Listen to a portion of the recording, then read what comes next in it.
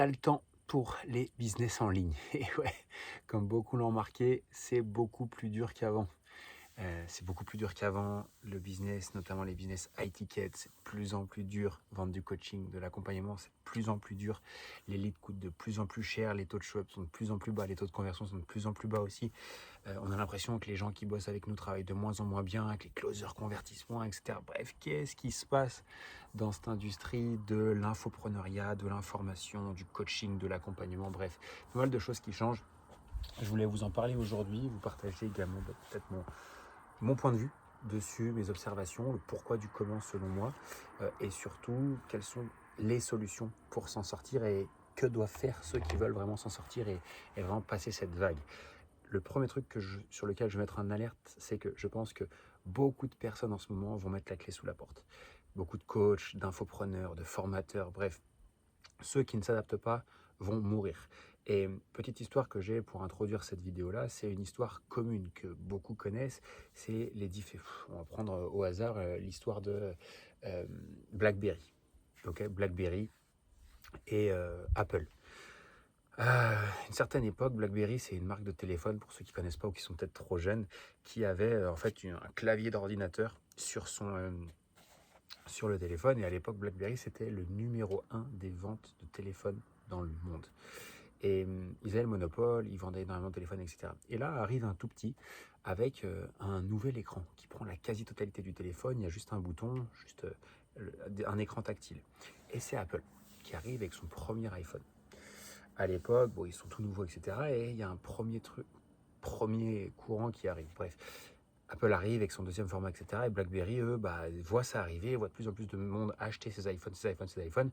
Et BlackBerry se dit, bon, ok, qu'est-ce qu'on fait comme les autres, c'est-à-dire partir sur des smartphones comme le font Samsung et les autres, ou alors est-ce que nous, on reste fidèle à notre modèle, etc. Les ventes de BlackBerry descendaient en flèche, les ventes d'Apple montaient en flèche. Et BlackBerry, décide, donc je sais pas, son comité, etc., décide simplement de maintenir leur format de super gros clavier d'ordinateur sur leur smartphone. Quelques années plus tard, ce choix s'est pas avéré payant parce que BlackBerry a complètement disparu, ça n'existe pas aujourd'hui, ils ont mis la clé sous la porte simplement parce qu'ils ne se sont pas adaptés au marché et à qu'est-ce que veut le marché. Et ça me fait une super histoire pour introduire cette vidéo. Ça fait maintenant 7 ans que 7 ans que je vends à 100, enfin que je vis à 100% de mes accompagnements, de mes formations et de mes coachings sur Internet. Et c'est pour moi le plus gros tremblement de terre qu'on a eu dans l'industrie. C'est-à-dire qu'en ce moment, c'est difficile pour la quasi-totalité des infopreneurs, coachs, formateurs, etc., à part un petit groupe, et j'en parlerai juste après. Pourquoi en fait c'est aussi difficile et pourquoi, si vous avez ce même ressenti, c'est pour moi complètement normal. Moi j'y vois une chose qui en entraîne d'autres derrière, mais un marqueur qui a complètement changé notre industrie à jamais.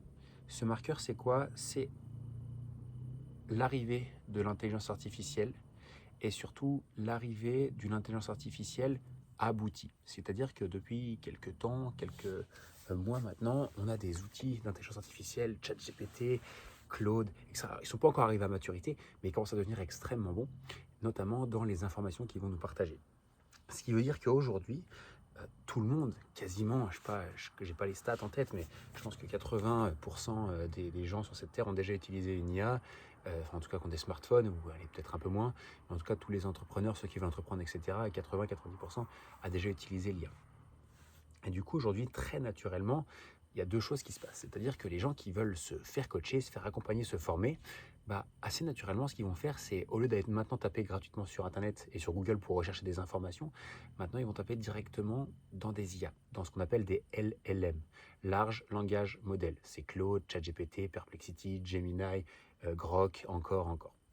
Et du coup, en quelques secondes, et pour des quasiment 0 €, donc 0 € certaines fois, ou quelques désabonnements à quelques dizaines d'euros, ils vont pouvoir avoir des réponses très abouties sur des sujets, qui leur donnent des plans d'action, qui leur disent quoi faire, qui créent leur contenu, qui leur donnent une stratégie de création de contenu sur Instagram, une stratégie de création de tunnel de vente pour leur activité, etc., etc. Et du coup, naturellement, quand on fait la différence entre est-ce qu'il faut que j'achète une formation, un accompagnement, un coaching à quelqu'un, plusieurs centaines, voire plusieurs milliers d'euros, ou alors est-ce que je demande une information gratuite sur Internet, le calcul se fait rapidement. Et si vous ne me croyez pas là-dessus, faisons juste un petit test. Qu'avez-vous fait, vous, la dernière fois que vous recherchiez une information, une compétence que vous n'aviez pas ou une stratégie qui n'était pas claire dans votre tête? 3, 2, 1. Je pense que vous avez la réponse. Et on a tous la même.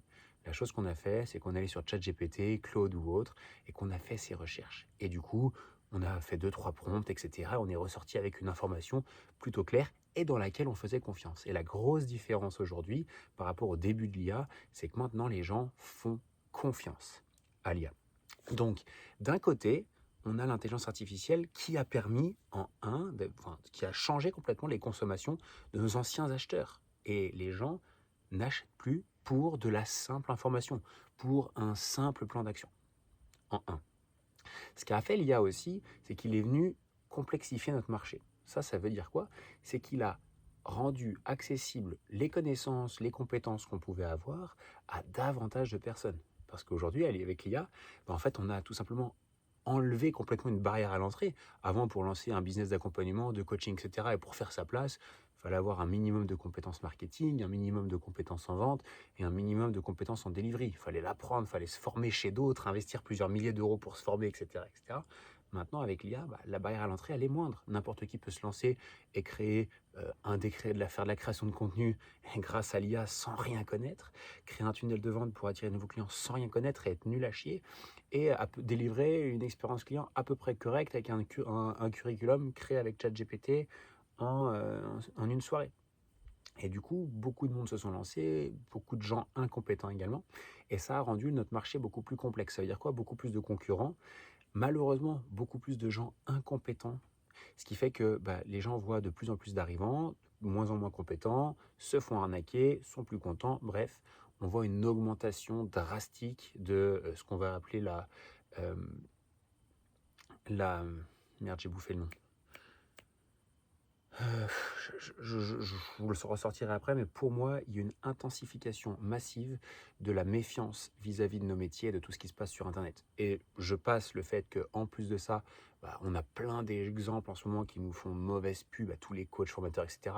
Que ce soit les les films qui sortent au cinéma avec Pierre Ninet, là, que ce soit les reportages où il passe ça à longueur de temps sur YouTube, en quête d'action, etc. pour défoncer les Oussama Hamar, l'autre vendeur de kebab, machin et tout. Et du coup, ça fait un mal vraiment à ceux qui essaient de faire des choses correctement. Bref, c'est pas mon sujet.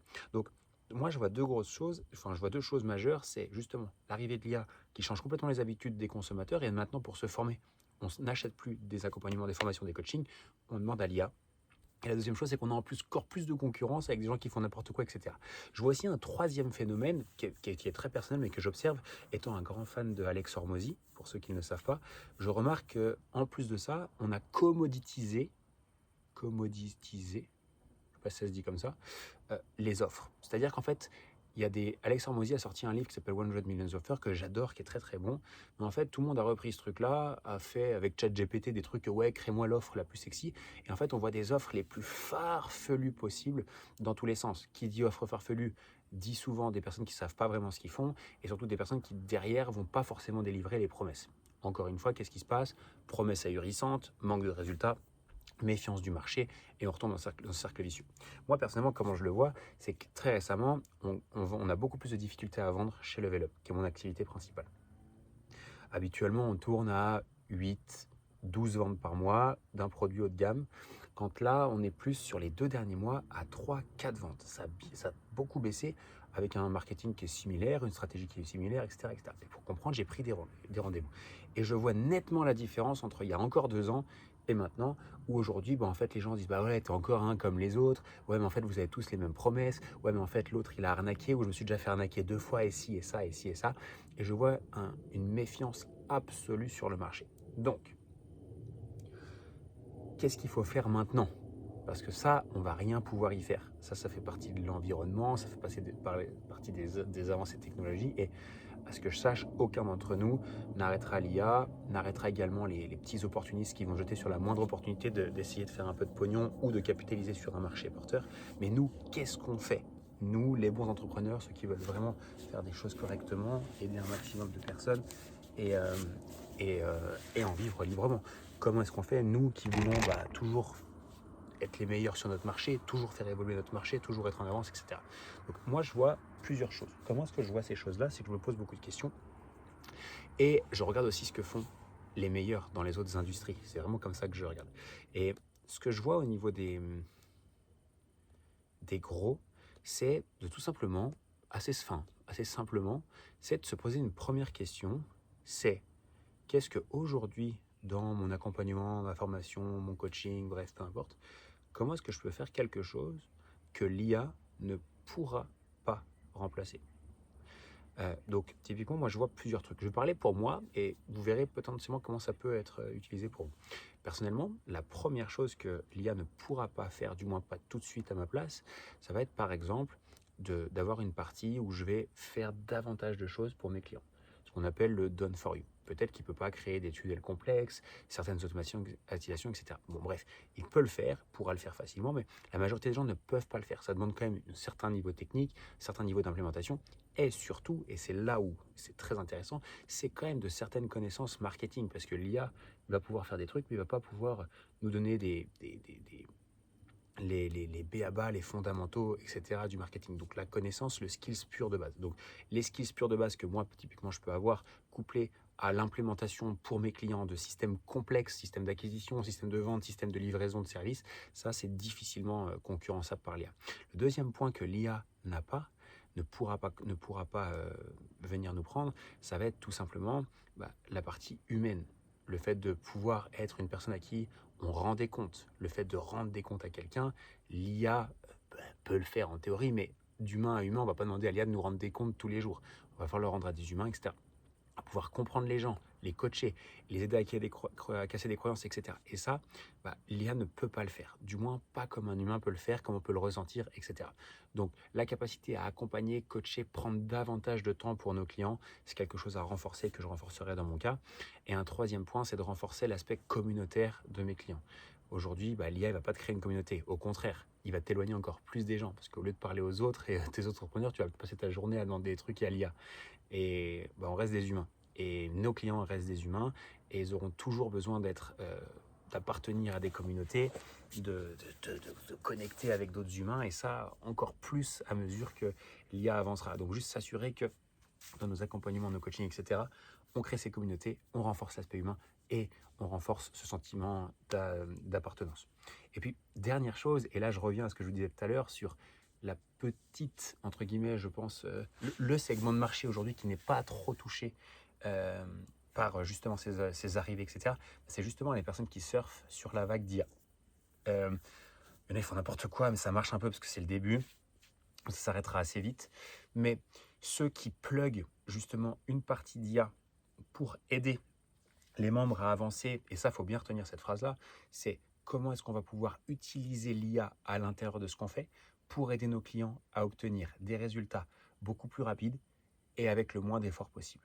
Et dès aujourd'hui, personnellement, je fais en sorte d'intégrer l'IA pour que mes clients obtiennent leurs résultats le plus rapidement possible avec le moins d'efforts. Typiquement, pour les aider à définir leur niche, leurs offres, leur positionnement, créer, entre guillemets, le copywriting de leurs différentes pages de sites, créer également la copie, la charte graphique, etc., de leurs réseaux sociaux, etc.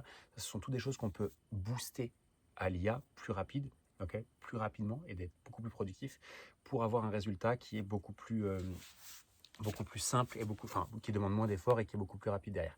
Donc, ne pas faire le truc, je te deviens un expert IA, non, ça tout le monde le fait, ça c'est caduque, non. Mais comment est-ce que nous, on fait pour justement utiliser l'IA à l'intérieur de nos programmes, juste dose, accompagnement, coaching, etc., pour accélérer la vitesse de résultat. Et je pense que là, vraiment, il y a une grosse différence. Typiquement, ce que je ferais dans mon accompagnement, c'est que mon accompagnement, il sera boosté à l'IA, avec justement des processus qui permettront à mes clients d'aller beaucoup plus vite, des processus également qui permettront à mes clients d'avoir des réponses également beaucoup plus vite par rapport aux différentes parties qu'ils voient. Typiquement, ils ont une question sur une partie ou un processus. Ils pourront poser une question à une IA qui s'appelle Loan IA. Je ne sais pas encore comment je vais l'appeler. Et ils auront une réponse très très rapide sur des trucs très très précis. Et le reste du temps, ils pourront venir me voir, moi ou des coachs de mon équipe, pour répondre à leurs questions. Bref, tout ça pour vous dire quoi? Ça change. On change. Ne soyez pas les BlackBerry, soyez Apple et améliorez votre version. On ne vous demande pas d'avoir la version parfaite de ce que vous allez faire maintenant, d'avoir l'iPhone 15 alors que vous êtes en année numéro 1. Juste prenez le temps d'améliorer régulièrement. Et je terminerai par ça, parce que fondamentalement, c'est vraiment ce qui va faire la différence. Aujourd'hui, si tu galères un petit peu plus qu'avant, c'est pas grave. Tu n'as pas besoin d'un nouveau tunnel de vente, tu n'as pas besoin de changer de business, tu n'as pas besoin de redémarrer de zéro, etc. La première chose à faire, c'est de retravailler qu'est-ce que tu vends et comment tu le présentes à tes futurs clients. C'est ça qui change tout. Quelle est ta nouvelle promesse? Comment tu expliques ton offre, comment tu la présentes, comment tu utilises l'IA pour accélérer les résultats, comment tu rends le truc le plus simple possible, le plus efficace possible, et comment tu te positionnes par rapport à tes concurrents et à l'intelligence artificielle. Bref, c'est ce que je vais mettre en place, c'est là-dessus que j'actionne maintenant et que je pivote mon activité pour reprendre un temps d'avance, avoir la version 2 de l'iPhone, puis la version 3, puis la version 4, et rester en avance sur mon marché le plus longtemps possible. Bref, j'espère que cette vidéo vous fera réfléchir, vous aura aidé d'une manière ou d'une autre. Je serais curieux de connaître votre point de vue par rapport à ça. Déjà, est-ce que ça vous parle? Est-ce que vous êtes dans la situation que j'ai écrite? Est-ce que c'est plus dur? Et est-ce que vous avez une idée de pourquoi? C'est quoi votre avis? C'est quoi vos observations? Et du coup, qu'est-ce que vous allez faire pour votre activité? Je suis curieux, je lis tout le monde et surtout, j'y réponds avec grand plaisir. Un grand merci pour avoir été ici. Très bonne fin de journée, bonne nuit peut-être pour certains et à très vite. Ciao, ciao.